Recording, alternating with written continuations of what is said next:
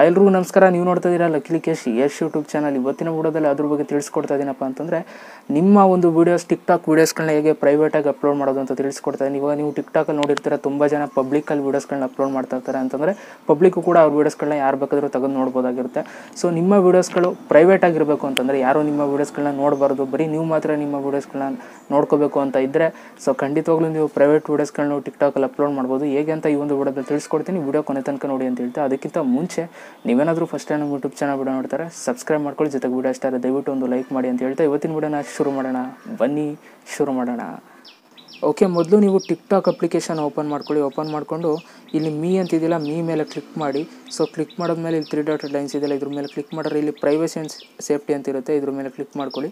So ಇಲ್ಲಿ private account ಅಂತ ಒಂದು ಆಪ್ಷನ್ ಇರುತ್ತೆ, ಇದು ಆಫ್ ಆಗಿರುತ್ತೆ. ನೀವು ಇದನ್ನ ಆನ್ ಮಾಡ್ಕೊಂಡ್ರೆ ಏನಪ್ಪ ಉಪಯೋಗ ಅಂತಂದರೆ, ನಿಮ್ಮ ಒಂದು ಟಿಕ್ಟಾಕ್ ಚಾನಲ್ ಯಾರಾದರೂ ಓಪನ್ ಮಾಡಿ ಸರ್ಚ್ ಮಾಡಿ ನೋಡಿದ್ರೆ, ಸೊ ಅವ್ರಿಗೆ ನಿಮ್ಮ ವೀಡಿಯೋಸ್ ಸಿಗೋಲ್ಲ.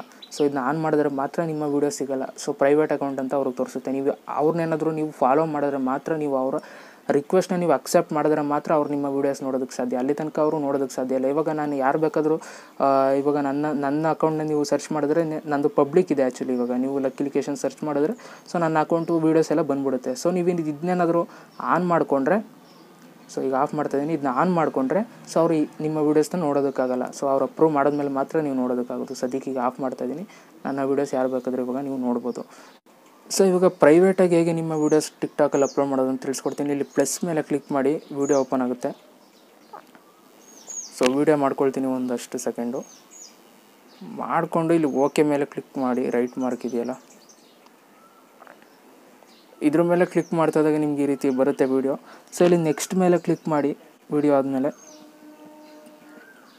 ಸೊ ನೀವು ಇಲ್ಲಿ ನೋಡ್ಬೋದು ಒಂದು ಆಪ್ಷನ್ ಇದೆ, who can view this video ಅಂತಿದೆ. ಇಲ್ಲಿ ಪಬ್ಲಿಕ್ ಸೆಲೆಕ್ಟ್ ಆಗಿದೆ.